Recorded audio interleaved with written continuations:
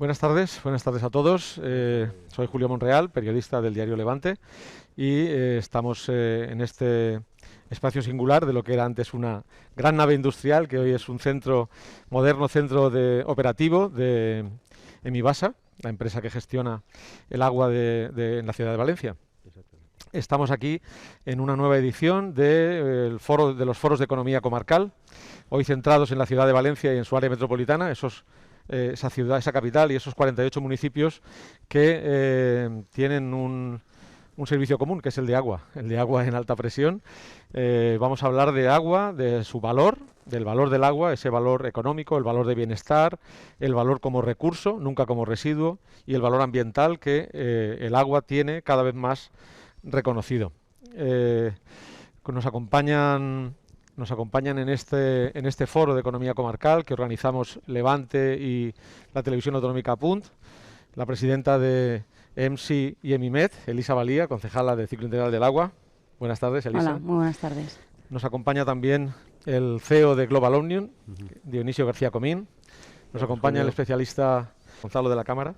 Nos acompaña también Sagrario Sáez, que es la responsable de sostenibilidad de Heineken en España. Buenas tardes. José Sierra, que es periodista ambiental, compañero y amigo, y especializado en, como decía, en información ambiental y en difusión ambiental. El valor del agua es el tema que nos trae hoy aquí.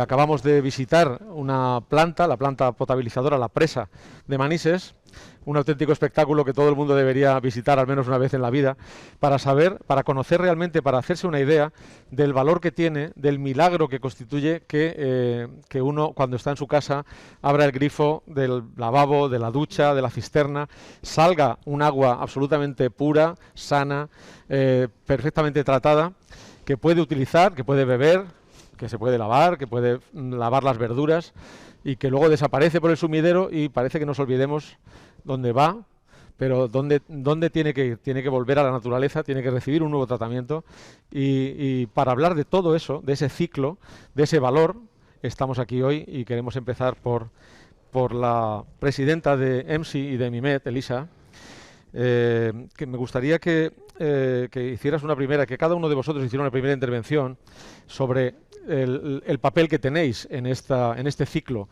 que hay, ¿no? Ahora mismo, pues Elisa es la presidenta de las empresas de ámbito metropolitano, empresas públicas de ámbito metropolitano, que tienen la responsabilidad de llevar a los municipios, a las puertas de los municipios y también en algunos casos hasta los domicilios mismos, ese agua que captamos de los ríos, que parece que no venga de ningún sitio, que cuesta cero porque el agua es gratis, pero tiene mucho valor porque hay que tratarla, hay que captarla, hay que potabilizarla, hay que llevarla, y todo ese proceso hemos estado viendo cómo empezó a hacerse en la planta más antigua de Europa aún en funcionamiento, que es precisamente esa de Manises, de 1856, si no recuerdo mal, y cómo hoy esa gestión del agua pues depende de unas impresionantes instalaciones, de unas altas tecnologías de las que vamos a hablar y que luego visitaremos, y que me gustaría que Elisa, como responsable máxima de todo ese entramado de captación, de gestión, de elaboración, de depuración, pues nos hablara de qué valor tiene para las instituciones, para una institución como la EMSI, como Emimet, como para el Ayuntamiento de Valencia, ese precioso líquido que, como le gusta decir a la concejala, pues que no hay verde sin azul. Si queremos tener un mundo verde, hay que tener un mundo azul antes. Elisa. Sí, bueno, yo creo que en general la relación de las personas con el agua es muy dispar, ¿no? Tiene mucho que ver con nuestro día a día. Las personas que vivimos en ciudades y en grandes núcleos urbanos, nuestra relación con el agua es básicamente que tengamos los dos servicios básicos fundamentales del ciclo integral del agua garantizados, que son el suministro y también una red de alcantarillado y de saneamiento en la que poder verter todo lo que usamos. Es verdad que esa perspectiva cambia mucho. Hay territorios o hay zonas de los territorios donde está mucho más ligado a la agricultura, por ejemplo, que tiene una visión, una relación incluso distinta con el agua. Yo creo que la pandemia a nosotros nos ha servido para que la gente sea más consciente de que algo que tenían garantizado desde hace mucho tiempo, pues que está ahí y que hay mucho trabajo detrás. Al decretarnos servicio esencial, a nosotros es verdad que nos permitía dirigirnos a a la ciudadanía en un momento crítico donde prácticamente todo estaba cerrado, pues reivindicando que nosotros pues podíamos garantizar el suministro, porque hay un gran trabajo detrás que no solamente es el diario, sino que también tiene que ver con la innovación. Y en eso Valencia tiene mucho que decir y bueno, queríamos enseñaros la presa, que es, digamos, donde se inicia todo, y también enseñaros los avances tecnológicos más importantes que tenemos ahora mismo, porque también nos sitúan en una posición privilegiada en el mundo. Y muchas veces, como el agua más o menos todo el mundo la tiene garantizada en España, pues no se habla mucho de ella, ¿no? Y nos permite ahora mismo, pues en un contexto en el que hay que repensar los sistemas productivos, repensar la forma de producir, repensar la forma de invertir, porque no es una cuestión solamente de invertir en pues como tradicionalmente se ha hecho, en invertir dinero en obras duras, y se habla ya mucho más de innovación. Y ahí yo creo que en Valencia tenemos que sacar pecho, y a mí me gusta, yo disfruto mucho con mi trabajo actualmente, porque es un sector que siempre está reinventándose, que siempre tiene ideas nuevas, pero que también te permite, en el caso de Valencia, sacar pecho de hitos importantes que nos sitúan en una situación, ya te decía, privilegiada en el mundo, y que además somos el espejo donde se mira mucha gente para dar saltos importantes en su sector, en el mismo sector, en otros territorios.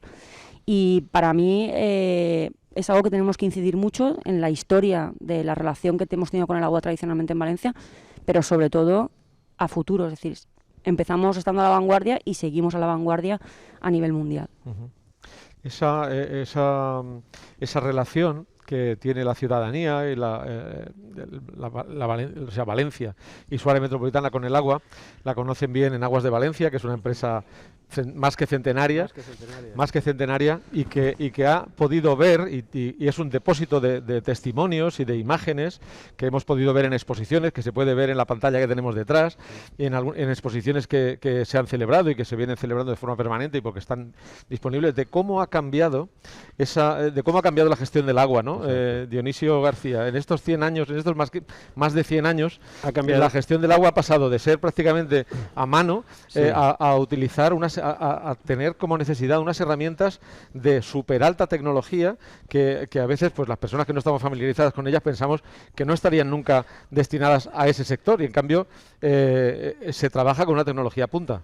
Tienes toda la razón, Julio. Ha habido una evolución muy grande en todo el tema tecnológico. Ha habido una evolución muy grande también en todas las inversiones en infraestructura que se ha hecho. Son inversiones que se hacen en colaboración o conjuntamente con instituciones públicas, que son las que marcan las prioridades, y con el esfuerzo de los ciudadanos, que a través de la tarifa pues hacen unas aportaciones para que todos los años vayamos mejorando toda esa infraestructura. Todo eso ha ido cambiando mucho, pero hay otras cosas que son esenciales y que no han cambiado, y es que es un poco esa vocación de servicio que tiene que tener el gestor de agua, que tiene que estar las 24 horas del día, los 7 días de la semana y todo el año pendiente de que no haya problemas, y de que si hay un problema poder reaccionar rápidamente para solucionarlo, ¿no? Pero como, bueno, pues eso no es novedoso, porque llevamos más de 150 años preocupándonos de que el agua llegue a casa de nuestros vecinos. Sí que es verdad que el tema tecnológico, y especialmente en los últimos 15 años, con todo lo que ahora llamamos digitalización, ¿no?, pues ha pegado un vuelco brutal, ¿no? Y como la concejala decía, Valencia es una ciudad, Valencia y ya bastantes otros municipios del área metropolitana y de la provincia, que está en la puntera de la gestión del agua en términos de digitalización, ¿no? Tanto como a la hora de las horas de trabajo, como sobre todo de poder hacer un seguimiento de la red, porque no olvidemos que al final el agua es un recurso escaso, y más en la zona donde vivimos, y que cada vez hay que ser más conscientes del oro que tenemos, ¿no?, y de la necesidad que tenemos de preservarlo, ¿no? La digitalización no deja de ser una herramienta, pero nos está ayudando mucho a ser cada vez más eficientes, a cuando hay un problema poder reaccionar antes. Y por otro lado, yo creo que también la ciudadanía cada vez es también más exigente, quiere tener más conocimiento de lo que pasa en su casa, en sus consumos, y gracias a esta digitalización pues somos capaces de dar información sobre el consumo casi a diario, de detectar consumos elevados en una vivienda y avisar al día siguiente y no esperar 3 meses a volver a leer el contador, ¿no? Con lo cual, es verdad que la tecnología ha cambiado muchísimo, que nos está ayudando a gestionar mejor y que hay unos valores y las personas que son fundamentales que tienen que seguir pues haciéndolo como lo han hecho en los últimos 150 años, ¿no? Sí, la implantación de los contadores inteligentes que están muy extendidos en la ciudad de Valencia, en la área metropolitana, por ejemplo, permite cosas que hay mucha gente seguro que no sabe, como por ejemplo detectar lo que decías, un consumo extraño, un consumo excesivo, pero también la falta de consumo. Me contaban hace poco que el sistema permite, por ejemplo, detectar que en la vivienda en la que hay una persona mayor que vive sola, si no se produce un consumo durante X horas, emite ese no consumo, emite una alerta, pues esta persona no ha consumido agua en las últimas 12 horas, eso indica que puede haber tenido un percance en casa, una caída o algo. ¿Eso es posible ahora mismo? No, por supuesto, eso está funcionando. Tenemos, lo que pasa es que con la protección de datos, toda esa información hay que canalizarla a través de los servicios sociales. Cuando salta la alarma se le comunica a los servicios sociales. Los servicios sociales se ponen en contacto con un familiar de la persona mayor o que pueda tener una enfermedad, una limitación en ese momento, y se activa un sistema un poco de preocuparse por lo que está pasando y bueno, pues muchas veces no pasa nada, pero otras veces sí que ha servido pues para tomar posiblemente uno no asociaría nunca a lo que es la gestión del agua un servicio así, pero por la digitalización permite ahora mismo una herramienta tan valiosa como puede ser esa, ¿no? Y luego todos los vecinos podemos tener en nuestro móvil, hay una app que se puede uno descargar y donde tienes información casi inmediata de lo que está pasando y si hay algún problema, ¿no? Muy bien. Gonzalo de la Cámara, que es investigador y ha recorrido, nos gustaría que aportara su experiencia, que la tiene, y muy importante, experiencia internacional en países tanto de la Unión Europea como América Latina y el Caribe, Asia Central y del Sur, como consultor en políticas de agua. Gonzalo, tu papel en esos trabajos, en esos destinos, ha sido asesorar a instituciones y empresas, entiendo, sobre políticas de aprovechamiento de agua, de eficiencia. Hablaban tanto Elisa Valía como Dionisio García Comín de que Valencia es una zona puntera en tecnología y en aplicaciones, en sostenibilidad y en eficiencia de agua, pero me gustaría que aportaras a la mesa un poco tu experiencia internacional, si estamos en el buen camino, vamos por delante, ¿qué se está haciendo por ahí en cuanto a gestión y eficiencia de recursos hídricos? Sí, muchas gracias. Bueno, algunas de las cosas que hemos aprendido por el mundo son, primero, cuando uno observa un área metropolitana tan importante como la de Valencia, se da cuenta de que, del mismo modo que Valencia no solo define su identidad a partir de su naturaleza urbana, sino que la ciudad no se entendería sin la relación con el área metropolitana, y esto le ocurre a otras ciudades del Mediterráneo y otras ciudades del mundo, y esto ya nos pone en otra escala a la hora de enfrentarnos a este tipo de desafíos. Tenemos que reflexionar sobre el hecho de que la provisión de los servicios urbanos de agua tampoco se realizan en el vacío. Como ha dicho Elisa antes, el agua viene del medio y regresa al medio. Por tanto, tenemos que ser capaces de mirar aguas arriba y aguas abajo, reconocer que el agua está conectada al territorio y que tan importante como lo que ocurre en la distribución de estos servicios, la provisión de estos servicios públicos a nivel de la ciudad, es lo que ocurre en todas las actividades que operan sobre el territorio. ¿Por qué? Porque en las plantas, por ejemplo, potabilizadoras, como la que hemos visitado esta mañana, nos encontramos con que todo lo que ocurre en cuanto a la actividad agrícola y la contaminación difusa de esa actividad agrícola en muchas ocasiones plantea desafíos a la hora de proporcionar los servicios a nivel urbano. Esto debería sacar al ciudadano inmediatamente de la casa.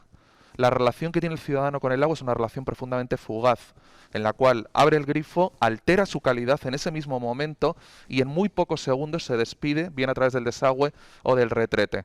Pero tenemos que ser capaces de salir de nuestra casa, si me permiten la expresión coloquial, de salir de nuestro ombligo, para ser capaces de mirar y ver el agua, el ciclo integral del agua, en una escala diferente.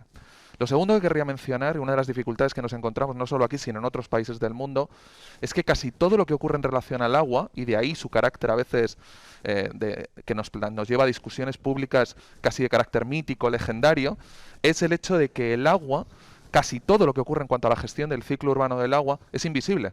Es decir, las redes de abastecimiento, las redes de alcantarillado, las plantas a las que nos estamos refiriendo, tanques de tormenta, canalizaciones, son obras que han requerido un esfuerzo sustantivo por parte de la sociedad, no solo por parte de las empresas que gestionan el servicio, sino del contribuyente, de los ciudadanos en su conjunto, y que sin embargo nosotros somos completamente ajenos a cómo son, a cómo funcionan, a cuál es su estado de mantenimiento. Por eso es muy importante este tipo de esfuerzos de difusión sobre el ciclo urbano del agua para acercarle al ciudadano a la gestión de un servicio público. Y Dionisio decía una cosa importantísima. Tradicionalmente una empresa de gestión de servicios de agua gestionaba un servicio público y una serie de infraestructuras. Ahora, además de todo eso, tienen que gestionar datos, porque la digitalización básicamente tiene que ver con aumentar la capacidad de gestión de toda esta información. Y lo tercero que querría mencionar es algo que parece contraintuitivo, pero que creo que es importante recordar al ciudadano. Cuando el ciudadano abre el grifo en casa, aparentemente lo que pensará es que está consumiendo agua, pero también está consumiendo energía, también está consumiendo sustancias químicas que se han utilizado en la potabilización del agua, también está contribuyendo a generar emisiones que generan cambio climático. ¿Qué quiero decir con esto? Que aunque nosotros lo veamos siempre de una manera encapsulada, como si fuese un servicio que tiene una dimensión estrictamente local, en realidad estamos lidiando con cuestiones que tienen un alcance que va mucho más allá. La prestación del servicio es local, es puntual, es en el domicilio, pero la dimensión de la gestión del agua es una dimensión que se plantea a nivel global.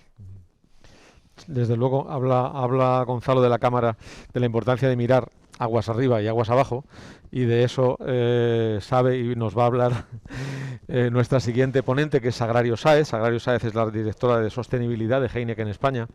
En el área metropolitana, muy cerca de Valencia, en Quart de Poblet, Heineken tiene una factoría.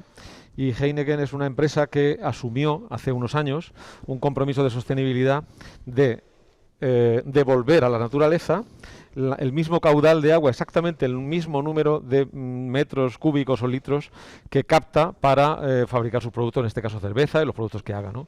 Eso hemos hablado de una institución, de una empresa gestora de agua, de un especialista con experiencia internacional, pero las empresas, Sagrario, han de asumir también las empresas de cualquier sector, como el vuestro, de alimentación y bebidas, debe asumir también, o ha asumido de buen grado, compromisos ambientales muy importantes. Acaba de cerrarse la COP26 y eso nos pone un marco en el que todos hemos de asumir una responsabilidad.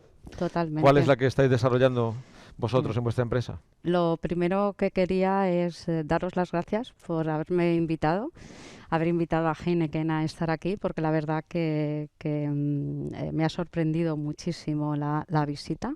Os doy la enhorabuena porque la verdad que he visto pasado y mucho futuro, mucha innovación.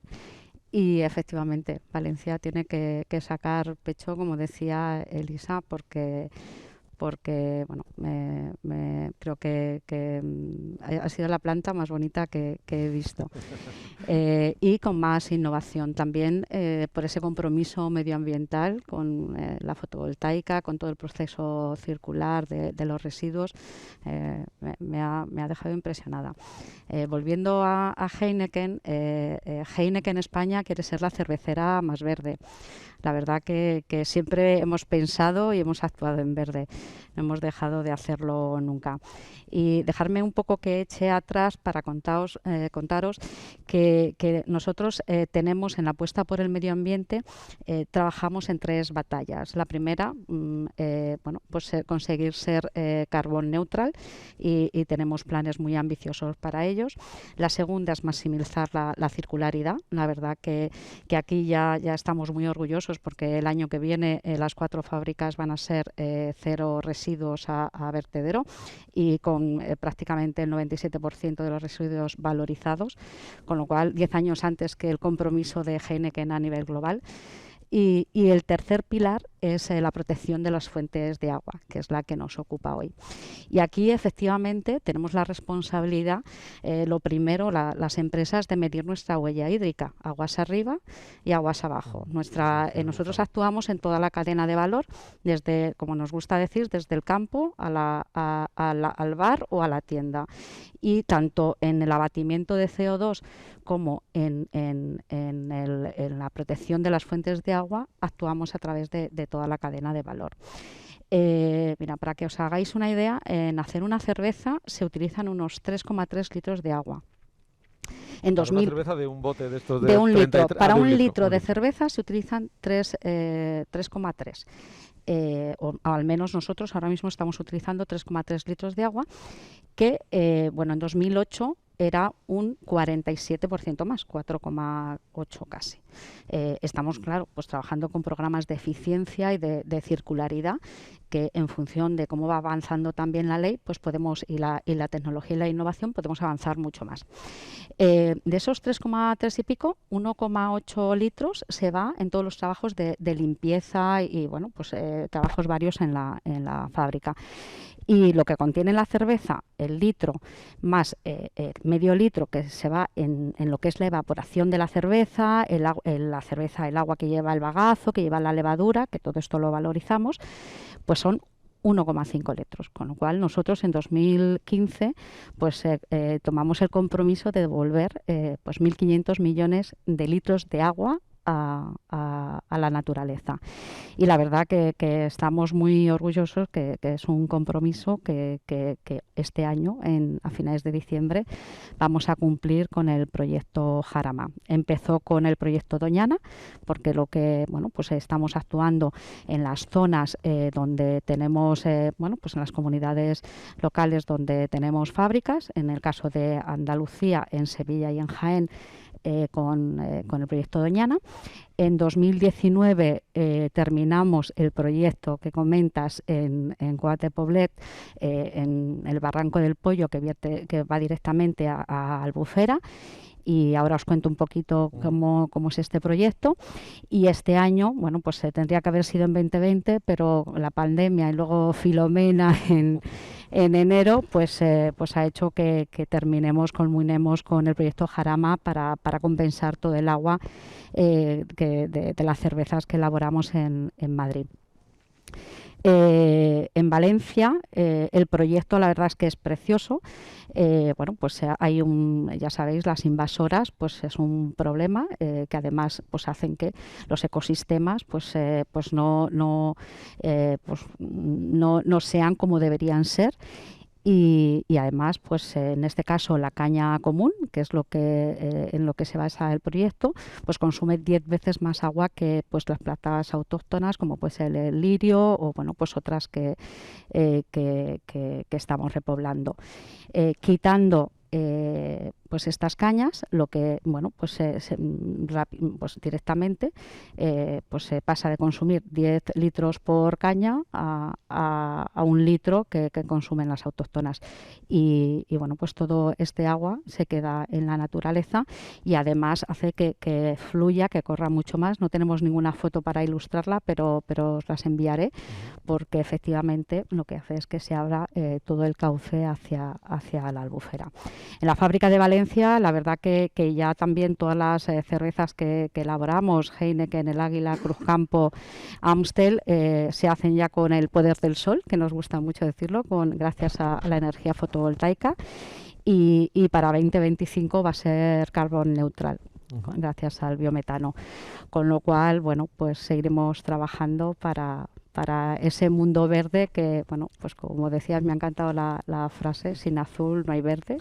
Entonces seguiremos, comentábamos antes en el coche, efectivamente, estas actuaciones que hemos, pues tanto en Doñana, como Jarama, como aquí en Albufera, ya son de por vida. No es una actuación que haces y ya está, y te vas, porque esto hay que mantenerlo, porque las actuaciones están basadas en investigaciones que hemos hecho, pues en el caso aquí con la Politécnica de Valencia, con la Universidad de Granada en Andalucía o con la Complutense de Madrid.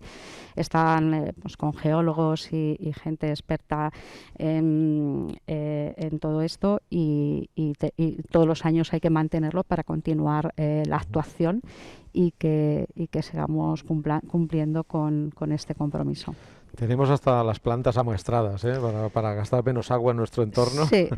Me ha encantado eso que has dicho de que la caña autóctona consume 1 litro de agua mientras las otras... Bueno, no es autóctona, la caña común. Sí, la caña en realidad común, es una invasora. Es una invasora. Algo que yo cuando conocí el proyecto, cuando nos lo presentaron bueno, la Universidad Politécnica, pues pensaba que era algo autóctona y que no era una invasora. Bueno, pues resulta que es una invasora, igual que el eucalipto cuando vas por el norte, pues es Sí. una invasora que como estás tan acostumbrado a verlo, pero, y bueno, pues está catalogada entre las 10 especies que más invasoras y que más agua consumen a nivel mundial. Curioso. Pues de esas cañas invasoras y de las cañas autóctonas ha escrito mucho y conoce mucho el periodista José Sierra, especializado en información ambiental. Ha escrito mucho toda su vida y me gustaría que, Pepe, nos hablaras de, con tu experiencia y tu conocimiento, el ciclo integral del agua necesita, lo decía Gonzalo, necesita visibilidad.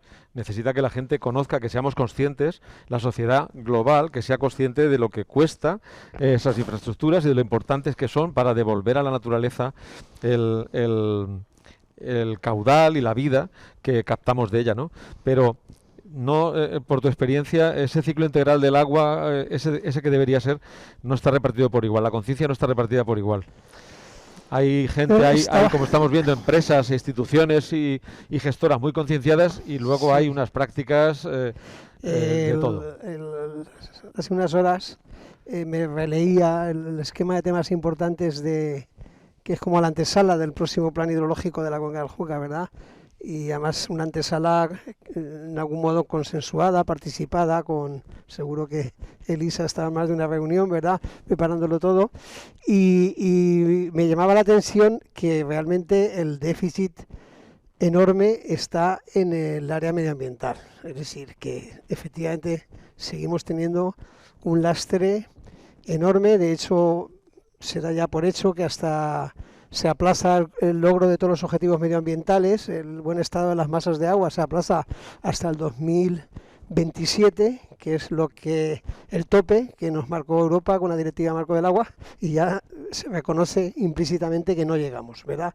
Ese sería el marco general que efectivamente nos concierne a todos y que todos tenemos que intentar paliar la situación, pero luego hay casos como el que nos acabas de exponer, hay casos como la ENSI, hay casos como Global Omnium, como otras empresas, como instituciones, que individualmente pues representan justo lo contrario. Es decir, estoy seguro que los resultados no serían los que acabo de comentar si todo dependiera pues de las empresas e instituciones que están aquí representadas hoy.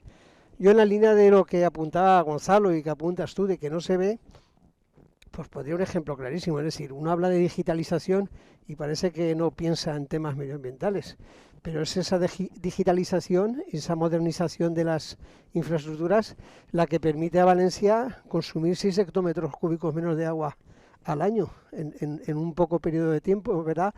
Esos 6, digamos que Valencia, Global Omnium, la EMSI los ofrece a la sociedad que haga lo que quiera con esos 6 hectómetros cúbicos.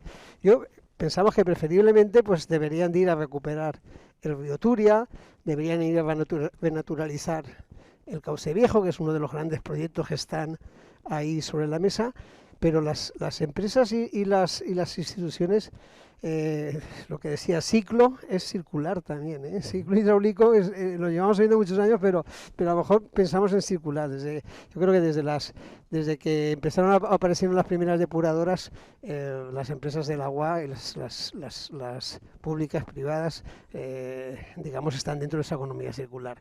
Cogemos un metro de agua, se trata, se potabiliza, como hemos visto, se entrega al ciudadano, el ciudadano lo consume, luego vuelve al alcantarillado, vuelve a la depuradora y lo entregamos a la naturaleza, al regantes, y aquí es muy común que ocurra eso, o por cualquier otro uso. La tecnología sirve precisamente para eso, para poder dejar ese agua ahí, para que la sociedad decida en qué quiere utilizarlo.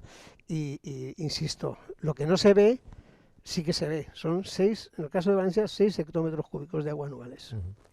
Elisa Valía, estamos hablando de compromisos. Es evidente que las personas y las entidades que representáis, que están aquí representadas, tenéis un compromiso firme con el la utilización del agua como recurso, no como residuo, y con la eficiencia en la gestión y el aprovechamiento ambiental de ese recurso. Pero me gustaría saber, Elisa Valía, si estás satisfecha o qué, hablando de compromisos. El nivel de compromiso de las instituciones estamos viendo. He conocido, en mi carrera periodística, he conocido a muchos concejales del ciclo integral del agua y siempre estaban serios y apesadumbrados porque lo que hacían todos, uno hace un parque y sale en todas partes, y uno hace un colector y no sale en ningún sitio, ni nadie lo ve. En cambio, ese compromiso existe. Yo entiendo que presupuestariamente, que es como se reflejan los compromisos en los papeles, negro sobre blanco, ese compromiso está claro, evidente y supongo que crece en lo que es el ámbito de EMSI, de MIMED y del ayuntamiento en este caso. Sí, nosotros ahora... Porque entre otras cosas, perdona, sí, hay un compromiso al que la Organización de Naciones Unidas obliga. Desde el año 2015 existe un ODS, que es el número 6, que emplaza a la humanidad a procurar un agua limpia y saneamiento para todo el mundo.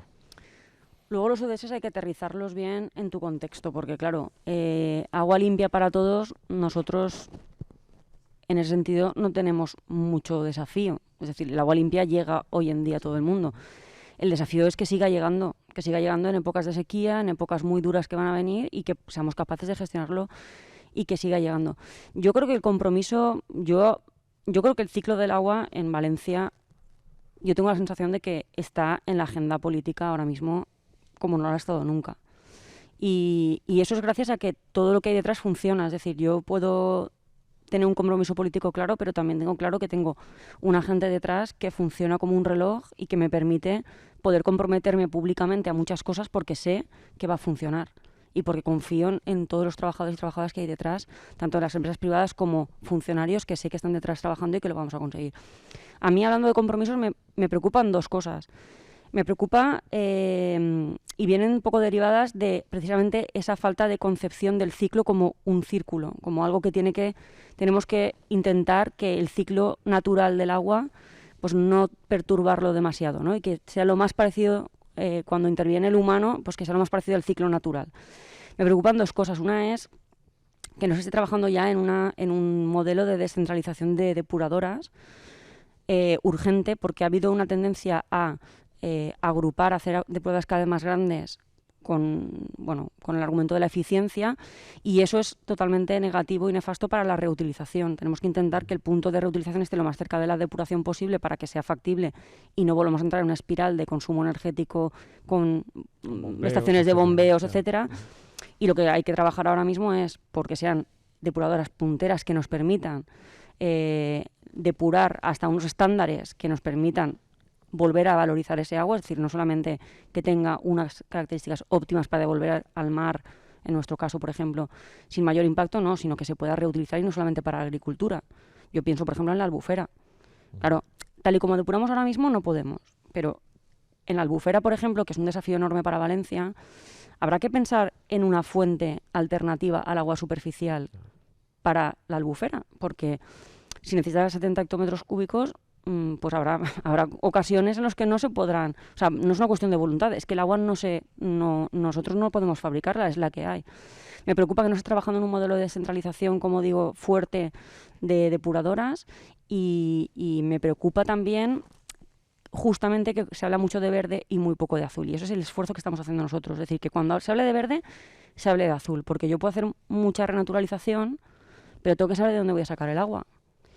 Normalmente el esquema tradicionalmente ha sido que todo el mundo hace cosas y luego el ciclo ya mira a ver cómo soluciona el tema del agua. Y entonces dices, bueno, no, es que claro, aquí tengo este jardín, lo tengo que regar, y bueno, pues el ciclo ya se apaña y lleva el agua como buenamente puede.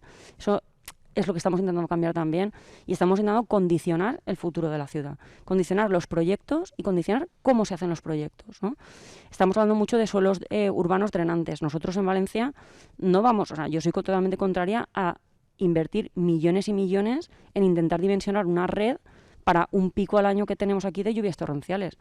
Pues habrá que asumir que los jardines se encharcan, que el antiguo cauce se encharca y que puedes estar X tiempo hasta que drene sin poder utilizarlo, pero por 10 horas que no utilices un parque no vamos a estar enterrando millones en infraestructuras completamente sobredimensionadas. Y me preocupa que que las ciudades no se planteen su futuro en base al agua, porque al final, me decía Dionisio el otro día, que lo comentaba en una reunión, que sin electricidad pues más o menos puedes vivir, porque además estamos yendo hacia un escenario en el que te la puedes incluso autoproveer, pero es que el agua no. Entonces aquí o el agua está en el centro de todo o no habrá vida, porque los procesos productivos, todos, prácticamente sin excepción, conllevan uso de agua. El día a día de la gente, nadie puede vivir sin agua, ¿no? Claro, pero por lo que decías de las infraestructuras, del primer problema que apuntabas, de la descentralización de la red de depuradoras, ¿no? Tenemos en el área metropolitana una mega depuradora que es Pinedo, que está pegada al mar y que por tanto toda el agua confluye hacia allí, y si quieres aprovechar ese agua, tienes que bombearla. Tienes que bombearla aguas arriba, con un coste energético importante, con un mantenimiento importante, y claro, ¿de quién depende esa descentralización? No, es normal, porque también al final, naturalmente, tienes que ir aguas abajo y es normal que estén cerca del área depuradora. Lo que no es normal es que todo el mundo, cuando tiene que conectarse a alguna, se conecte a la grande. Lo normal es, y es lo que pedíamos del Ayuntamiento de Valencia y que finalmente hemos conseguido un compromiso por parte de la Generalitat, es que haga que desconecte uno de los colectores que llegan a Pinedo y que plantee una depuradora más pequeña, distinta, y que además se plantee desde el minuto cero cómo va a reutilizar ese agua, porque al final el ciclo es que no lo cerramos. Es decir, nosotros estamos vertiendo al mar, pero es que eso no es cerrar el ciclo, porque entre medias se pierde mucha agua y sobre todo yo creo que el agua hay que utilizarla hasta la última gota en todos los usos que puedas. Es decir, al final tienes que tirarla cuando de verdad eso ya no hay manera de volver a utilizarlo. Y en ese sentido, por ejemplo, una depuradora tan grande como la que tenemos en Valencia, por ejemplo, solo se reutiliza el 30%. Claro, hay muchas complicaciones también, no es todo tan sencillo, porque evidentemente hay épocas en las que hace falta más agua y otras en las que menos. No todo es lineal, ni todo es perfecto, pero creo que hay ecosistemas que demandan agua y hay que plantearse una manera sostenible de tener agua. Porque al final, si no, yo entiendo, y como concejala de gobierno del Ayuntamiento de Valencia, nosotros también evidentemente pedimos una aportación mayor a la albufera, a la Confederación, pero yo también soy consciente de que la Confederación no tiene recurso ilimitado, es decir, el río Júcar lleva el agua que lleva. Hacen lo que pueden, y cada vez menos. Hacen lo que pueden, pero también tienen que prever que en un escenario de escasez, primero va el consumo humano, que es un porcentaje muy bajo, después va la agricultura y después van ecosistemas concretos como puede ser el de la albufera que necesite, pero hay que estar ya pensando en una opción de futuro, es decir, cuando haya un momento de escasez en la que, aunque hoy te comprometan X hectómetros cúbicos al año, cuando hay un escenario de escasez donde no te los van a dar porque no van a poder, tú tendrás que tener ya preparada una alternativa. Claro. Y a mí lo que me preocupa es que al final no hay que pensar tanto en los ciclos electorales, ni... Esta mañana escuchaba en la radio una frase que me ha encantado, no hay que pensar en las próximas elecciones, sino en las próximas generaciones. Y eso, no, pero me ha encantado porque es que en el ciclo del agua, por ejemplo, es el típico sector el típico ámbito donde 4 años es nada. O sea, 4 años es muy poco para realmente hacer cosas tangibles, ¿no? Y si no tienes planes yo tengo también un poco de obsesión con hacer planes a 10 años, ¿no? Y que el que llegue detrás de mí, que encuentre algo en la mesa, que si no le guste, pues que lo cambie, pero que se encuentre algo en la mesa para seguir trabajando, porque 4 años es nada en el ciclo del agua. Dionisio García, una empresa como Globalone, en el grupo como Globalone, hablando de infraestructuras, claro, Global acompaña a las instituciones a la hora de planificar esas infraestructuras. Y, hablabas antes de un recurso cada vez más escaso, de una situación de emergencia climática, está formalmente declarada y la vemos o la vamos a empezar a ver en cualquier momento. Esa situación me imagino que obliga a empezar a tomar medidas ya y a cambiar a lo mejor los diseños de esas infraestructuras para hacerlas más resilientes, para acostumbrar a las infraestructuras y aprovechar pues tiempos de escasez, tiempos de fenómenos atmosféricos adversos cada vez mayores. Yo supongo que eso es una auténtica revolución, entre comillas, a la hora del diseño y la construcción de infraestructuras nuevas. Está claro, pero no solamente esto, Julio, sino que hay que tener en cuenta que las infraestructuras que gestionamos pues llevamos haciendo desde hace 150 años y que tú no cambias todas las tuberías todos los años, ¿no? Sino que dentro de la red de tuberías pues tenemos tenemos como si fuese una gran vinacoteca, ¿no? Tenemos vinos de muchos años con unas características especiales, y para eso también la digitalización es importante, porque nosotros hemos conseguido hacer con sistemas de integración geográfica, tenemos localizadas todas las tuberías, tenemos localizados cuando se pusieron, de qué materiales son, sabemos por los estudios que hemos hecho qué obsolescencia pueden tener, y gracias a eso pues podemos hacer planes de gestiones de activos a futuro, en el que no estás esperando que se rompa la tubería para actuar, sino que puedes de una forma planificada tomar decisiones que hacen que al final pues toda la red sea mucho más resistente, ¿no? Porque yo creo que se hacen campañas de concienciación de consumir el agua de forma sostenible y ordenada, que son esenciales, ¿no? Yo creo que es muy, muy importante, pero desde un punto de vista de consumo, cuando tienes una fuga, ya puedes ya puedes cerrar el grifo rápidamente, ¿sabes? O sea que la cantidad de agua que se nos va es brutal. Entonces, por supuesto hay que seguir concienciando a la gente, por supuesto hay que hacer que la gente valore el agua, pero tenemos que hacer un esfuerzo muy importante en que la red no se nos rompa, porque es una red que se va renovando, pero que tiene mucha antigüedad, y es muy importante hacer esos planes de estudio, de planes de gestión de activos que llamamos, en los que tú vas viendo un poco la obsolescencia de la red y puedes ir tomando decisiones planificadas que hacen que al final pues ese resultado sea mucho más eficiente que se está esperando a que aquello se rompa, ¿no? Después, a posteriori, siempre es más complicado. Y luego, pues por supuesto, pues evidentemente todas las tecnologías, pues como antes ha dicho Sagrario, ¿no? Pues van evolucionando, son mucho más eficientes energéticamente, hay menos desperdicios, y en todo eso tenemos que ir trabajando, ¿no? Y seguimos trabajando, y en todas esas nuevas inversiones, ¿no? Claro. Gonzalo de la Cámara, nos hablábamos antes de estar sentados en este espacio, en esta especie de plató improvisado, que hablabas de las infraestructuras que aparecen nuevas en nuestras vidas. Hablabas en concreto de una que conociste hace poco, de depósito de tormentas.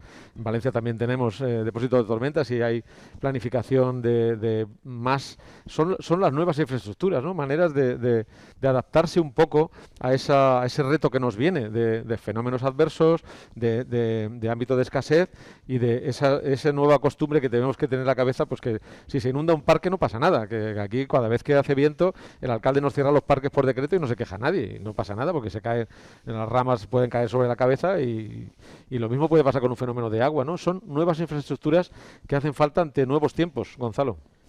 Sí, quiero comentar algo que ha dicho Elisa, porque me ha parecido interesantísimo. Además, creo que conviene destacar que una responsable política sea capaz de hacer una llamada a largo plazo. Esto me parece que desde un punto de vista pedagógico es maravilloso. Al mismo tiempo, ella estaba hablando de una tensión que se da no solo en la gestión del agua, sino en la gestión de otros servicios públicos, en realidad en el diseño y en la implementación de políticas públicas, que tiene que ver con la tensión entre la integración, la tentación a centralizar decisiones o a descentralizar algunas, como señalabas, que cuando miramos la experiencia internacional no es sencilla. Es decir, no siempre hay una respuesta unívoca que nos permita saber si tenemos que centralizar o descentralizar, sino que depende de una serie de variables. Y el tema de las infraestructuras.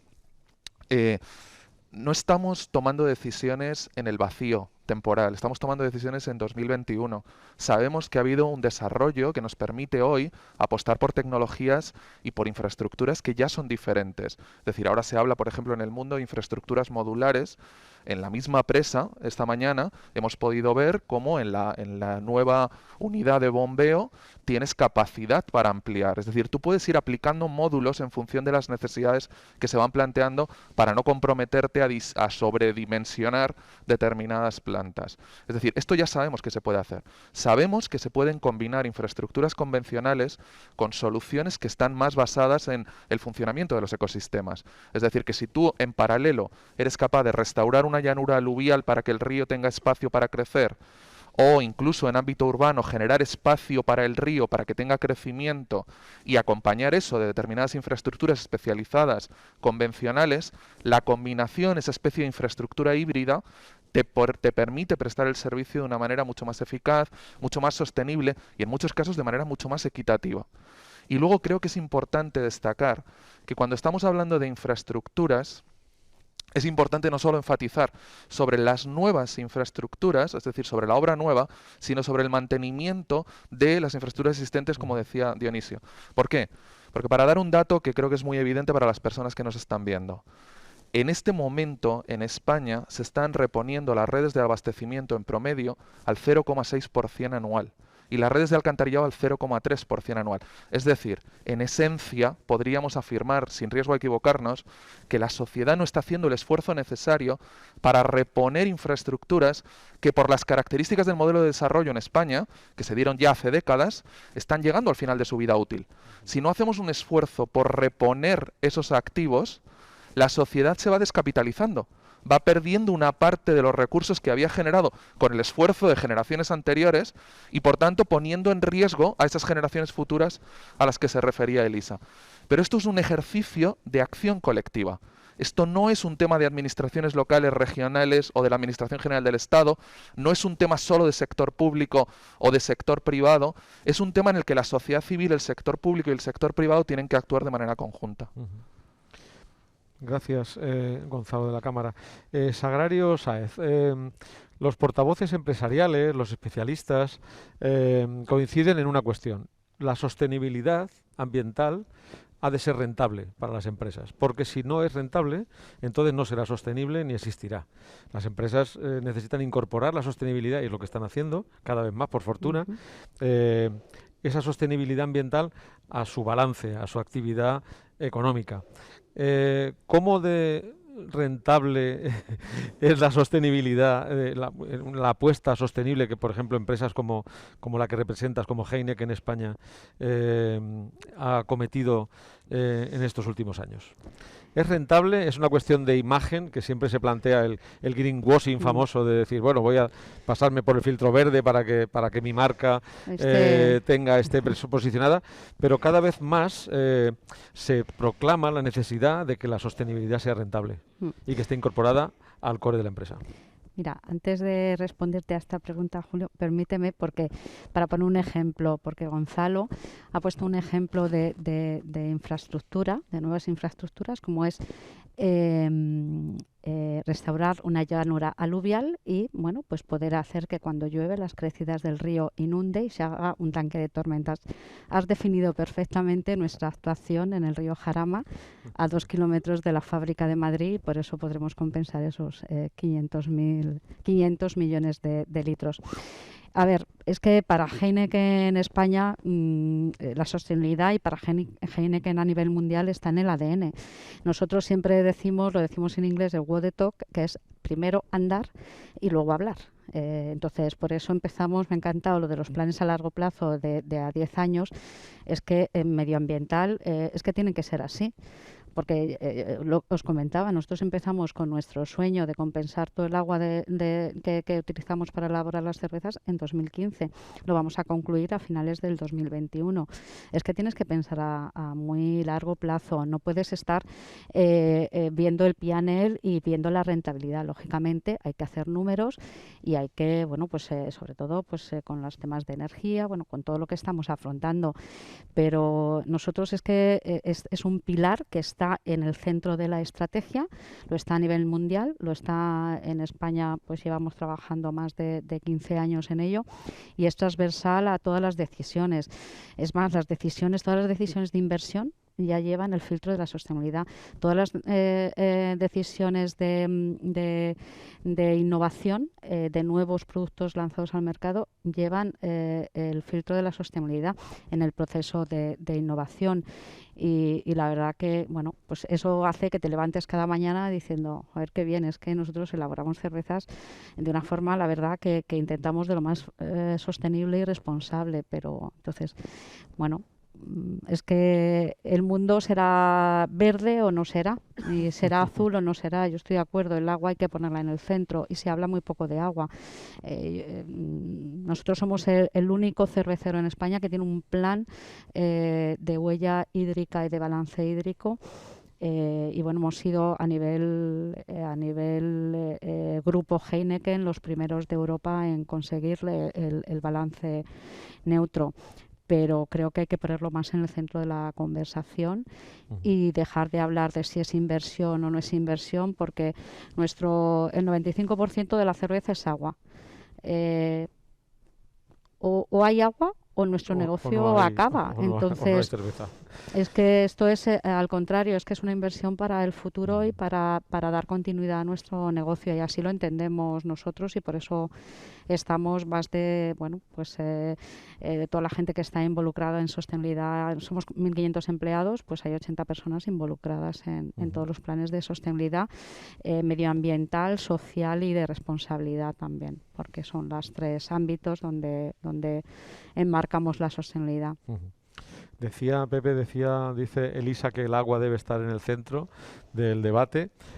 Sagrario suscribe también que el agua debe estar en el centro del debate, pero a escala metropolitana el agua está un poco despistada del debate. No hay, se habla mucho de la albufera. Elisa habla de eso, de los problemas, de que es imposible, resulta imposible ahora mismo generar un caudal suficiente para alimentar la albufera, y que la albufera esté como a todos nos gustaría que estuviera, con el caudal limpio. Tiene más problemas. Tiene más, efectivamente, pero estamos hablando hoy de agua. Sí. Pues por seguir con el agua, tenemos ese problema de tener la depuradora que está al otro lado, al lado norte del cauce del Turia, y al lado sur está la albufera, está el parque, el preparque primero y luego parque, y no hay manera de llevar agua limpia a ese lago para regenerarlo. El agua no está en el centro del debate, al menos en el debate informativo. Sí, bueno, hay otras muchas cosas. sí, pero cada territorio percibe el agua o los problemas asociados al agua pues de una manera, ¿no? Entonces, si hablamos de la Comunidad Valenciana, pues se percibe mucho desde el punto de vista agrícola, y eso sí que está en el debate, o hasta hace poco. Si hablamos de Valencia y su área metropolitana, se percibe a través de la albufera, precisamente. Quiero decir, pues cuando estamos hablando de los problemas de la albufera, estamos hablando de problemas de calidad de agua, de cantidad de agua, de gestión del agua.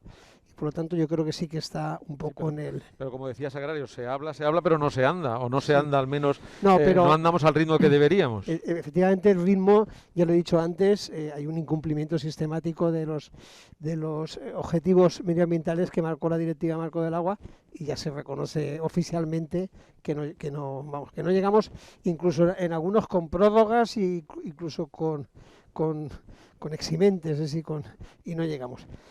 La albufera, pues efectivamente, pero bueno, en la albufera pues se van dando pasitos.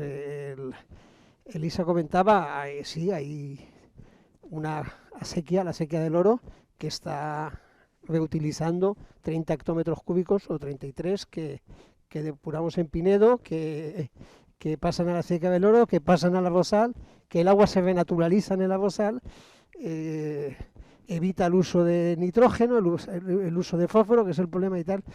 Entonces, claro que se están haciendo cosas. Es verdad que quedan asuntos pendientes. La albufera, estoy totalmente con el análisis que ha hecho Elisa.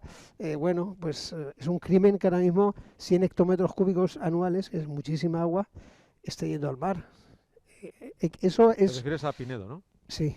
Eso es una sangría que las instituciones deben de frenar. ¿Cómo? Pues poniendo en marcha una serie de medidas de gobernanza también, de hablar con los regantes, de decirles, te voy a cambiar este agua que te viene natural del río Turia, te la voy a cambiar por agua de Pinedo, que te la voy a poner en la cabecera del sistema. No sé quién lo va a pagar, pero vamos a hacerlo. Y liberando agua, porque lo que se nos viene encima es tremendo. Es lo que hablabais también antes con el tema de las instalaciones. Ya es que no solo hay que estar más al día en lo que es obsolescencia y deterioro de las redes, es que te viene encima una inversión para hacer los abastecimientos resistentes al cambio climático. Es que la inversión que hay que hacer es descomunal. No es lo mismo que nos pille con una red en condiciones, una red actualizada, que te pille, digamos, sin los deberes hechos. La diferencia puede ser abismal, incluso generar verdaderos problemas de abastecimiento. Hay mucho dinero que invertir en saneamiento, mucho dinero que invertir en los abastecimientos, incluido el de Valencia. Elisa Valía, una cosa es el valor y otra es el precio. Dice un refrán castellano que solo los necios confunden valor y precio. Estamos hablando del valor del agua, pero me gustaría introducir el factor del precio. El precio, que es una cosa siempre complicada, que cuando se acercan las elecciones entonces se congela, en el primer año de mandato se sube la tarifa. Me gustaría que habláramos de eso, de lo que paga la gente, lo que pagamos los ciudadanos por disfrutar del milagro de abrir el grifo y que salga el agua. ¿Está en relación con el valor que tiene el agua en este momento en la sociedad? ¿Está en relación con lo que cuesta conducir, preparar, potabilizar? ¿O estamos subvencionando con cargo a presupuestos el milagro de tener agua en casa? Yo creo que para que todo el mundo entienda el valor y lo que cuesta llevar el agua a casa y por tanto puedan valorar si les parece mucho o poco con conocimiento de causa, hay que explicar mucho más lo que se hace. Porque es verdad que el ciclo integral del agua, con ese argumento, ¿no?, con esa idea de que se entierra el dinero, pues tradicionalmente, probablemente políticamente, tampoco ha sido una prioridad para mucha gente en muchos momentos, ¿no? Yo creo que nosotros, por ejemplo, también entendemos que el tema de que el agua esté en la agenda no solamente es bueno para hablar de futuro y para poner en valor lo que hacemos, sino también como una especie de rendición de cuentas, ¿no? Porque al final la gente ve en su factura unos conceptos y yo creo que como administración pública estamos obligados a explicar con todo lujo de detalles qué hacemos con ese dinero exactamente, también con el resto del dinero. Pero es verdad que el agua parece que es como más sensible porque como pagas un recibo, pues no sale de los presupuestos de la administración, la caja común que llamamos, ¿no?, sino que sale de la factura de la gente. Y creo que forma parte también de la rendición de cuentas. En ese sentido, hablábamos otro día en una jornada también que el hecho de que tú tengas telelectura a tiempo real también es más transparencia, porque tú nunca pagas una lectura estimada, pagas siempre lo que consumes. Y eso es importante también para gestionar el servicio. Pero el tema del valor y el precio, y un poco hablando también de rentabilidad, yo creo que al final lo que pasa es que la rentabilidad no hay que medirla exclusivamente en términos económicos. Yo creo que siempre es rentable. Lo que pasa es que aquí cada uno tiene que asumir su rol. Las empresas, como es lógico, normal, y yo creo que todos estamos de acuerdo, pues se crean para ganar dinero. Pero no pasa nada por decirlo así, ¿no? Las empresas tienen que ganar dinero, eso es así, ¿no? Ahora bien, no, de una forma ordenada y de una forma responsable, pero al final, igual que los políticos somos el reflejo de la sociedad. Yo cuando la gente se queja de los políticos, creo que al final yo estoy convencida de que es un reflejo de la sociedad, y conforme la sociedad es más sensible con unos temas que con otros, los políticos son, porque al final somos personas también, que somos ciudadanos y ciudadanas, y por tanto yo creo que cada uno tenemos nuestro rol, ¿no? Entonces, nosotros tenemos que desde las administraciones públicas incentivar los cambios en los modelos productivos. Yo no creo que se vayan a producir, y ahí es muy heterogéneo, hay empresas mucho más comprometidas que otras. Evidentemente las empresas que trabajan con el agua son empresas que en su ADN ya son mucho más sensibles, porque conocen mucho mejor lo que pasa y lo que va a pasar con el recurso, ¿no? Pero yo no creo que, por ejemplo, en el resto de sectores que tienen que hacer muchos cambios en el modelo productivo, en la forma de producir y en la forma de consumir recursos y en la forma de valorizar los residuos que generan, yo no creo que haya un sentimiento generalizado de que están dispuestos a todo por el medio ambiente. No lo creo. Yo creo que eso tiene que ser algo liderado por la sociedad y liderado por los representantes políticos en la medida en que somos quienes representamos a la sociedad, porque las empresas ofrecen lo que se demanda. Si la gente demanda productos más sostenibles, más éticos en su forma de producir y con unos valores determinados, las empresas producirán eso. Si no se demanda eso, las empresas van a producir, igual que nosotros somos reflejo de la sociedad, las empresas producen lo que se demanda. Y si no hay una demanda fuerte, y por tanto nosotros como políticos la asumimos esa demanda y somos conscientes de que la hay, y obligamos y acompañamos, porque no se trata solamente de obligar y de incentivar, y de transitar juntos el camino, pero teniendo todos claro que la meta es una determinada. Es decir, por decirlo de alguna manera, yo creo que el camino deben definirlo la sociedad, y está obligada, y yo creo que estamos en eso, ¿no? Pero tenemos que transitarlo juntos, y ahí cada uno tenemos que apoyarnos unos en otros, porque si alguien se descabalga del camino, no se va a conseguir. Eso no es una cuestión de que las empresas tengan que hacer por su cuenta, ni que la administración pública tenga que legislar por su cuenta. Aquí cada uno tiene su parcelita donde tiene que mejorar y donde tiene que contribuir. Y o todos tenemos claro cuál es la situación y cuál es la responsabilidad y obligación de cada uno y la hacemos, o no será posible. Las empresas no van a cambiar su modelo productivo por sí mismas porque sí. Hay que incentivarlas, acompañarlas, y para eso hace falta inyectar dinero público, como se va a hacer ahora en momentos críticos como el de ahora. Es decir, las administraciones tienen que estar dispuestas a acompañar a las empresas, y las empresas tienen que estar dispuestas a asumir su papel, que es fundamental, que es producir bienes y servicios con unos criterios y con unos valores que son los que la sociedad demanda y los que la sociedad espera de ellos. Sí, pero concejala, cuando se producen tensiones, entonces se producen los desmarques. Lo estamos viendo con la luz clarísimamente. Cuando la luz se dispara, el precio de la luz se dispara, las empresas suministradoras se corren a señalar que el grueso del recibo de la luz son impuestos. Cuando la gasolina se dispara, estamos ya a 95, a 1,580, una cosa así, o casi 600, lo mismo. Las empresas suministradoras de gasolina se dice, no, es que todos son impuestos, es que nosotros no tenemos tanto. En el caso del agua, el recibo del agua, estábamos hablando del precio del agua, de la tarifa, el recibo del agua tiene una parte importantísima de impuestos. Probablemente en porcentaje sea de lo que menos impuestos tiene, porque mucho de lo que la gente dice que son impuestos son tasas. Bueno, la tasa es simplemente el coste. Impuestos en términos globales. Pero la tasa es el coste del servicio, es decir, al final yo le puedo llamar, o sea, me refiero por el tipo de servicios que son servicios públicos, que no hay libre mercado, se llaman tasas y no se llaman simplemente precio. Pero también es verdad que al final los impuestos, tanto de la gasolina como de la energía, son un porcentaje sobre el coste. Por tanto, si sube, no es porque... O sea, sube en proporción, es decir, no. Y en el caso del agua, es verdad que a mí, por ejemplo, yo soy de la opinión de que, por ejemplo, en Valencia, que tenemos metida la tasa de la basura, por ejemplo, de los residuos en el agua, a mí me parece es un error. Yo, evidentemente, como representante del ciclo integral del agua, estoy radicalmente en contra. Además, también porque creo que, y siendo conscientes de que es la forma más efectiva, evidentemente, de que la gente pague la tasa de basuras, y lo tengo clarísimo, creo que el agua es un servicio muy particular, donde hay que ser muy transparente, valga el ejemplo, y donde no debemos meter otras cosas que no vienen a cuento. No te pueden cobrar el recibo del coche en el agua, pues igual tampoco te pueden cobrar el recibo de la basura, del tratamiento de residuos en el agua, entendiendo por qué se hace y todo. Pero es verdad que hay que explicar mucho mejor la factura. Está muy detallada detrás, pero yo creo que hay que hacer un esfuerzo, porque es verdad también que es muy complicado explicarle a la gente que quien depura es la administración autonómica, quien te sirve el agua es la local, y luego está la confederación, que también tiene ahí un pequeño coste. De servicio público, ¿no, Elisa? Claro. Que de lo que es el agua. Lo que pasa es que se asocia al agua. Entonces, por este verano, por ejemplo, había críticas sobre que el agua había subido un 150%, cuando realmente el agua se ha permanecido estable en los últimos 7 años. O sea que no hemos subido nada. Yo creo que allí hemos hecho un esfuerzo además enorme en momentos difíciles, y el precio ha estado muy comedido. Pero al recibir en la misma factura pues el pago de distintos servicios, y que la que lo gestiona es el agua, pues se asocia todos esos servicios de recogida de basuras, de tratamiento de residuos, de alcantarillado, de depuración, todo se asocia al agua, ¿no? Y eso, pues como dice Elisa, muchas veces nos perjudica un poco la imagen que tenemos, ¿no? Y con respecto a lo que comentabais sobre el precio, como dice Elisa también, dentro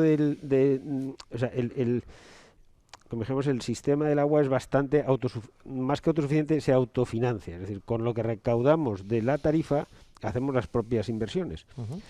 Y prácticamente casi todas las inversiones que hacemos vienen de esa fuente de financiación. No tenemos fuentes de financiación externas. Eso tiene una virtud, y es que nos permite ser muy ágiles. Tenemos unos coeficientes de ejecución de inversiones que yo creo que son envidiables. Este año, por ejemplo, en Vivasa probablemente superemos el 90%, o sea, de todo el dinero que vamos a recaudar, vamos a el mismo año invertir el 90% de eso, pero claro, la gente tiene que entender que lo que paga no es solamente el servicio de agua, sino que es también el mantenimiento y el crecimiento de toda esa infraestructura, y que por lo tanto hay una componente de inversión que va incluida en el precio, y que es imprescindible pagar, y que habría que, en la medida de lo posible, pues aumentar para tener unas infraestructuras pues cada vez más modernas. De ahí, o sea que con todo lo que se recauda en la tarifa del recibo del agua, ¿se pagan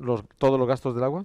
Sí, Sí, no hay- en el no, caso no, del no, no. abastecimiento, claro. Sí, En sí, el, sí, en el no, caso no. del abastecimiento es así, pero yo creo que se ha ligado también a lo que decía antes, es decir, explicar mucho más lo que se hace con eso. Al final, si tú no tienes ni idea de lo que ocurre con el servicio de abastecimiento, todo te va a parecer mucho, porque no sabes qué pasa, no sabes cuánta gente hay detrás, no sabes todo lo que se está haciendo por mantenerlo en orden. En tanto en cuanto seamos capaces de transmitir todo el esfuerzo que supone, que además ejecutamos el presupuesto, que es algo que en la administración cuesta mucho de hacer, y estamos en ratios del 90% de ejecución de presupuesto, y en tanto en cuanto seamos capaces de transmitir todo lo que supone que alguien abra el grifo y tenga el agua allí, yo creo que la gente podrá valorar mejor si le parece mucho o poco, porque si no sabes lo que pasa con el dinero, todo te parece mucho. Ya, desde luego.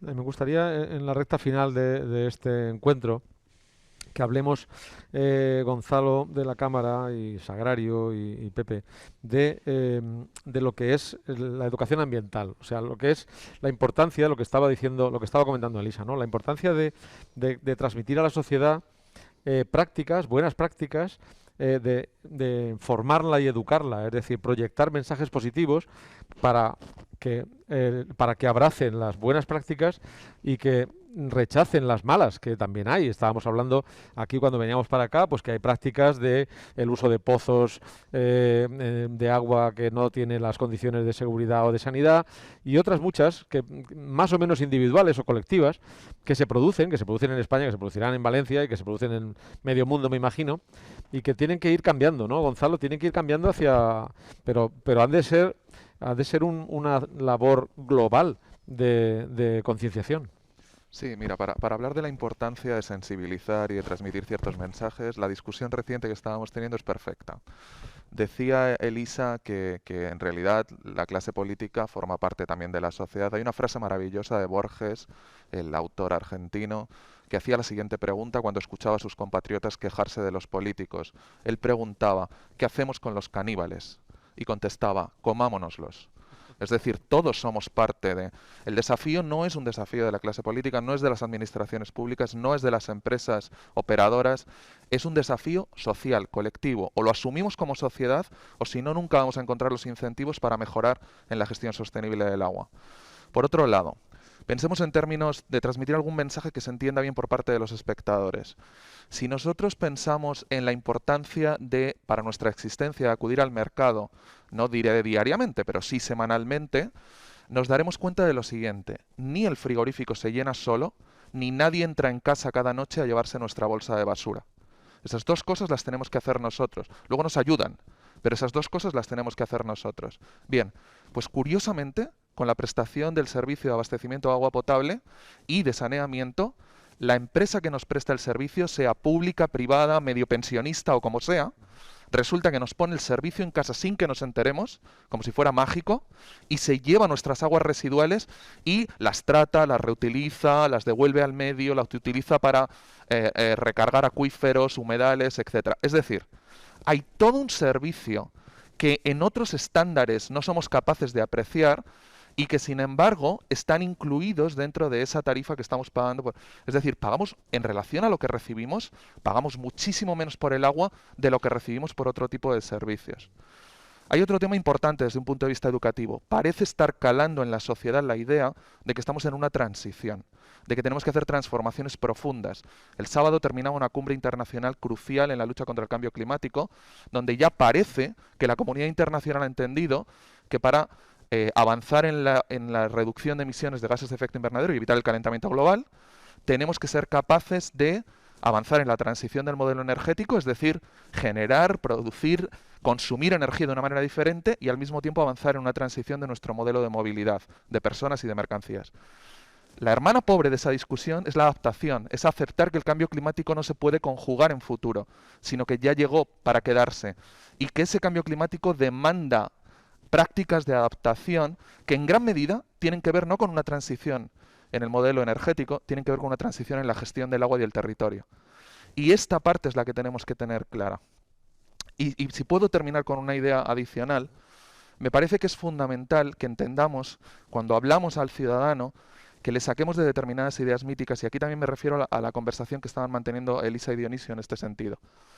Cuando nosotros señalamos que hay determinadas familias que especialmente en un contexto de crisis económica encuentran dificultades serias para pagar la tarifa de los servicios de agua potable y saneamiento, aunque sean un puñado, o sea, pocos cientos de euros al año para una familia con un consumo representativo, normalmente ponemos la atención sobre la factura y no ponemos la atención sobre la realidad social que hace que esa familia no pueda pagar una tarifa que por definición es baja. Es baja en términos absolutos y es baja en términos relativos cuando lo comparamos no solo con otros servicios, sino con otros países. ¿Por qué no, como sociedad, no asumimos que el elefante en la sala, el desafío social pendiente, es la lucha contra la pobreza y la población que está en exclusión, en riesgo de exclusión social, y no tanto a la tarifa? Porque si no vamos a llegar a una especie de pensamiento perverso en el cual sistemáticamente contenemos el nivel de la tarifa o vamos bajando incluso las tarifas, pensando que con eso beneficiamos justo a aquellos a los que más perjudicamos. Porque la bajada de las tarifas, la ausencia de inversiones en la prestación del servicio, a quien penaliza es justo al más vulnerable.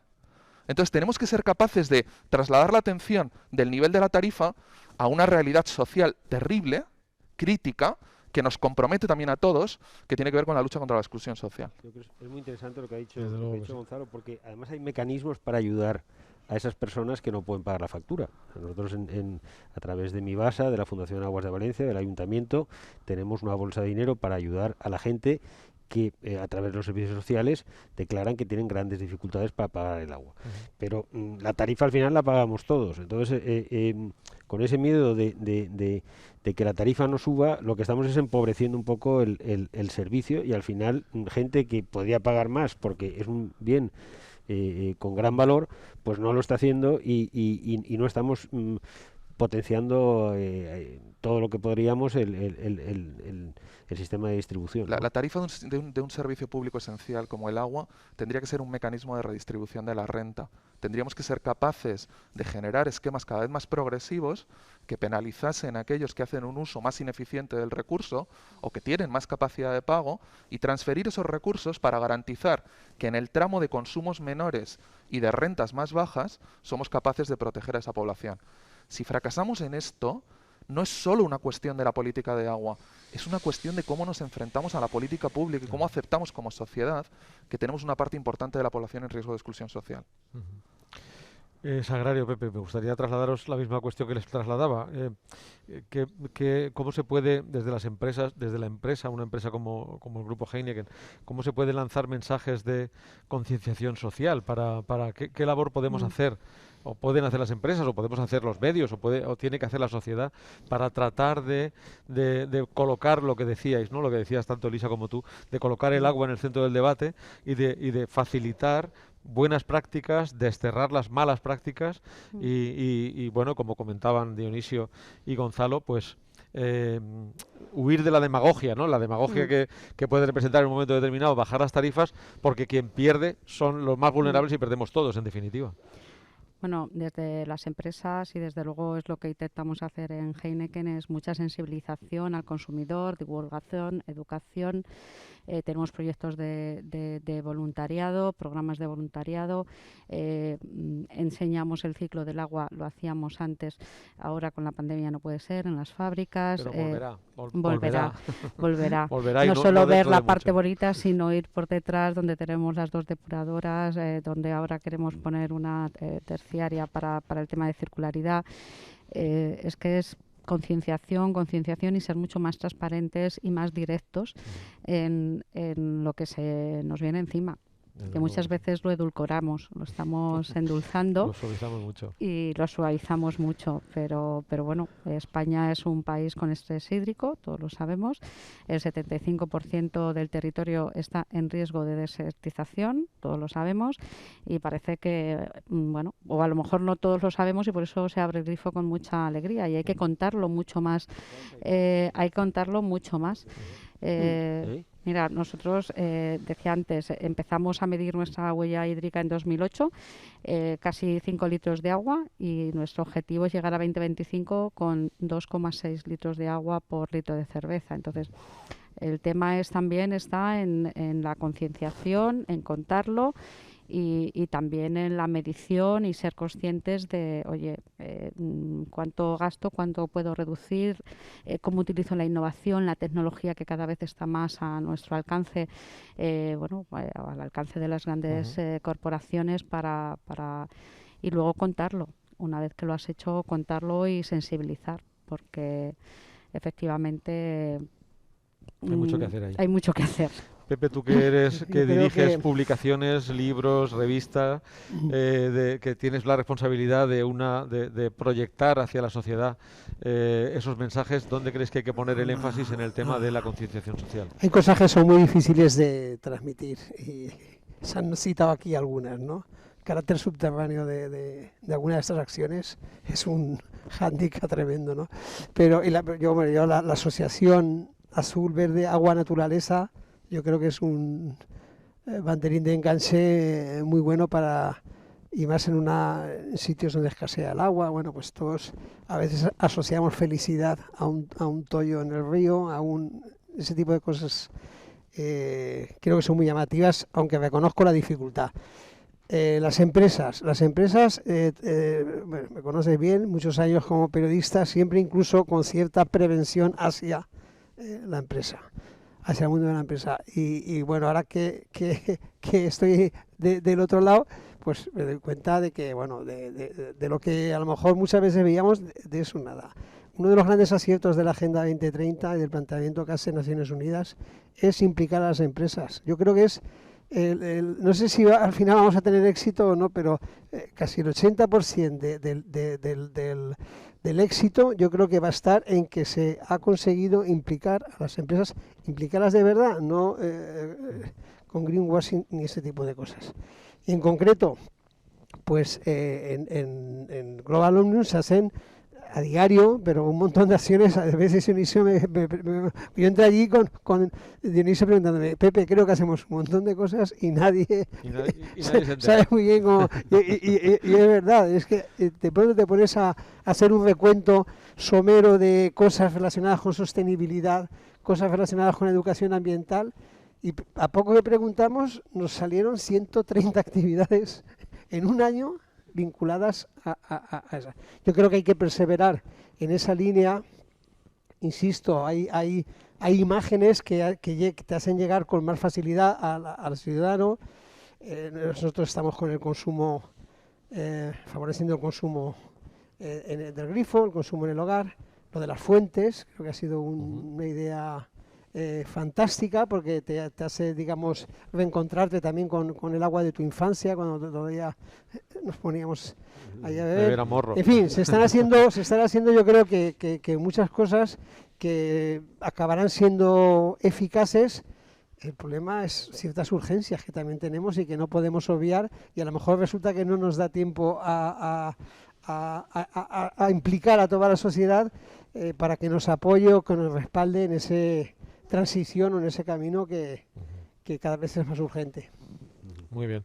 Pues vamos a cerrar este encuentro, y no quiero cerrarlo. Estamos en un foro de economía comarcal de ámbito metropolitano, y me gustaría que la presidenta de EMSI y EMIMET anuncie a nuestros espectadores y a nuestros lectores los proyectos que tiene, proyectos de corto, medio plazo. Si puede anunciar alguno, que nos encantaría que fuera aquí. Aquí somos un medio de comunicación, dos medios de comunicación, Apunt y Levante, y nos gustaría que anunciara buenas noticias. No sé, las inversiones siempre son buenas noticias, siempre se reciben con agrado. Nosotros eso somos conscientes, y de hecho después de del momento más duro de la pandemia, porque aún no se ha ido, sí que hemos reivindicado siempre la capacidad inversora que tiene la administración pública y sobre todo las empresas mixtas, en el caso de la entidad metropolitana y de la ciudad de Valencia, que hemos sido capaces de inyectar muchísimos millones en la economía de Valencia, y hemos, por tanto, recuperado muchos empleos asociados a nuestra actividad. Y yo creo que eso también es importante, porque en un momento determinado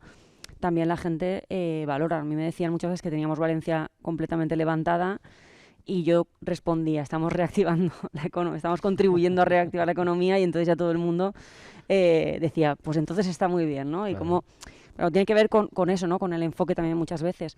Yo creo que bueno, uno de los proyectos que yo creo que nos ilusiona más a todos, realmente no es de mucha envergadura en términos económicos. Hay que resaltar que mantenemos el ritmo inversor, porque eso sí que es fundamental para nosotros. Es un proyecto que está ligado a la instalación de fibra óptica en las canalizaciones metropolitanas, ¿no? Nosotros tenemos una particularidad, es que tenemos redes que vertebran toda la ciudad, toda el área metropolitana, y eso tiene mucho potencial porque son infraestructuras que ya están hechas y que permiten, por tanto, probablemente sacarle mucho potencial a toda la red. Hemos hecho una primera prueba en un tramo que discurría por algunos municipios del Horta Nord, y supone un paso de gigante porque es la primera experiencia de esas características a nivel mundial que es exitosa, y por tanto ya nos abre una ventana importante de posibilidades que vamos a explorar durante el 2022 con un presupuesto en el conjunto total pequeño. No es una inversión en este momento grande porque estamos sobre todo refinando y afinando, pero que es muy importante desde el punto de vista de lo que supone para nosotros en Valencia, pero sobre todo también para cómo nos ven desde todo el mundo y cómo nos miran, cómo seguimos avanzando y seguimos estando a la vanguardia. Pero la fibra óptica, ¿con qué fin? O sea, ¿por qué Pues asociar? a nosotros ¿Qué puede proporcionar la asociación de fibra óptica a la red? A nosotros nos permite, pues desde detectar fugas hasta detectar amenazas de sabotaje, cualquier cambio que haya en el entorno, por ejemplo, lo podemos detectar a través de la fibra óptica que instalamos en la tubería, es decir, ¿por dentro de la tubería? Sí, entonces te permite evidentemente tener una cantidad de datos a tu alrededor de lo que pasa, porque los datos, lo que importa también es lo que pasa alrededor, no solamente dentro de la tubería, sino lo que está ocurriendo, y nos permite tener una cantidad de información enorme, porque tenemos más de 200 kilómetros en el área metropolitana de tuberías metropolitanas, y por tanto nos va a permitir manejar una cantidad de datos y conocer lo que pasa en el entorno de toda la infraestructura del ciclo integral del agua, o sea, a nivel metropolitano, que es inmenso y que tiene muchísimo potencial. A mí, yo destacaría ese proyecto y destacaría también la culminación de un plan para descarbonizar el ciclo en el ámbito metropolitano. Estamos ahora mismo mirando exactamente qué tenemos que hacer para intentar generar toda la energía que consumimos, que como se decía antes, evidentemente, el ciclo integral del agua todo el mundo lo asociamos evidentemente con el agua, pero también consumimos muchísima energía, es un servicio que no puede dejar de prestarse, y por tanto también tenemos que pensar en cómo hacemos nuestro ciclo más sostenible, también a toda la demanda energética que supone pues llevar el agua a la casa de la gente. No quiero que se levante esta sesión sin preguntar una duda que me corroe desde el momento mismo en que pensamos en el periódico programar esta sesión. Yo no hago más que oír hablar de un gemelo digital y todavía no sé lo que es, así que no sé si la concejala o el CEO de Global, uno de los dos, ha de explicar a nuestros lectores y espectadores qué es eso del gemelo digital, que está aquí, que mejora la red, pero que los que somos de letras, para entendernos, no sabemos muy bien qué quiere decir ni qué utilidades tiene. No sé, quién sea... Bueno, pues a ver, yo creo que es gemelo, quiere decir que es una copia de lo que pasa en la realidad, y digital pues porque no es físico, sino que es un simulador. Entonces, es un simulador de lo que pasa en la red general de Valencia. Entonces, ¿y para qué tenemos ese simulador? ¿No? Pues mira, pues para básicamente pues para predecir qué cosas pasan si pasan otras cosas. O tú puedes, es como un juego en el que dices, oye, si yo ahora por ejemplo voy a hacer una obra y voy a intervenir y voy a tener que cerrar estas dos válvulas, ¿a quién le va a afectar? Pues le vas a afectar a todos estos ciudadanos. Pues vamos a coger y vamos a llamar a esos ciudadanos. ¿Cuándo es la mejor hora para hacer esto? ¿Cuándo es o sea, es un simulador de lo que está pasando en la red y te permite, por lo tanto, gestionar mucho mejor a la hora de la verdad, pues ser mucho más. Es como cuando tú simulas un vuelo, pues bueno, pues tienes toda esa información previa que te hace que luego seas mucho más, que luego al final no pase nada y que no se le dé importancia a que el agua llegue a las casas pues como por milagro, ¿no? Eso es. Es un asistente, yo desde el punto de vista evidentemente de la concepción del servicio creo que es muy importante porque es un asistente a la toma de decisiones. Nosotros lo que podemos hacer es que antes de tomar una decisión, sea la que sea intervenir en una fuga, prever una intervención planificada, etcétera, podemos, por ejemplo, saber con los patrones de consumo, por ejemplo, de la zona afectada, saber cuándo hay que hacerla, qué duración tiene que tener. Al final se trata de mejorar el servicio y todo eso es lo que decimos que teníamos que contar mucho más, porque aparte de que es algo que es pionero en el mundo, es que nos permite un salto cualitativo enorme en la prestación del servicio. Y podemos hacer que, bueno, es que de la mayoría de cosas que pasan en la red, la gente ni se entera. O sea, no hay... la mejor prueba de que es útil y de que funciona es que cuando hay una intervención no hay llamadas referentes a esa intervención, porque sí que les afecta a la gente, pero sabemos cuáles son los patrones de uso en cada sector de la ciudad, en cada zona, y por tanto podemos determinar perfectamente las horas en las que el impacto va a ser prácticamente nulo, que prueba de ello muchas veces no llegamos ni a avisar, porque sabemos que tenemos todas las condiciones de contorno perfectamente controladas y no va a haber ningún impacto, aunque sí que lo hay realmente. Muy bien, pues hasta aquí este foro de economía comarcal. Muchas gracias. Muchas gracias, Elisa Valía, muchas gracias Dionisio, Julio. muchas gracias Gonzalo, Gracias. Sagrario, Pepe. Gracias a todos, a los espectadores, gracias a los patrocinadores, gracias a las personas que han seguido o van a seguir. Vamos a ver ese gemelo digital ahora que podremos conocer y podremos verlo funcionando. Y para todos ustedes y todas las personas, pues el próximo día 19 podrán encontrar en el diario Levante, tanto en su edición digital como en su edición impresa y en los informativos de Apunt, pues un amplio resumen sobre esta sesión en la que hemos tratado de hablar del valor del agua, y estamos sumamente agradecidos por su participación y su ayuda. Muchas gracias. Así que hasta pronto, hasta un próximo foro Muy bien. y adiós, hasta pronto a todos. Gracias. Muchas gracias. Gracias.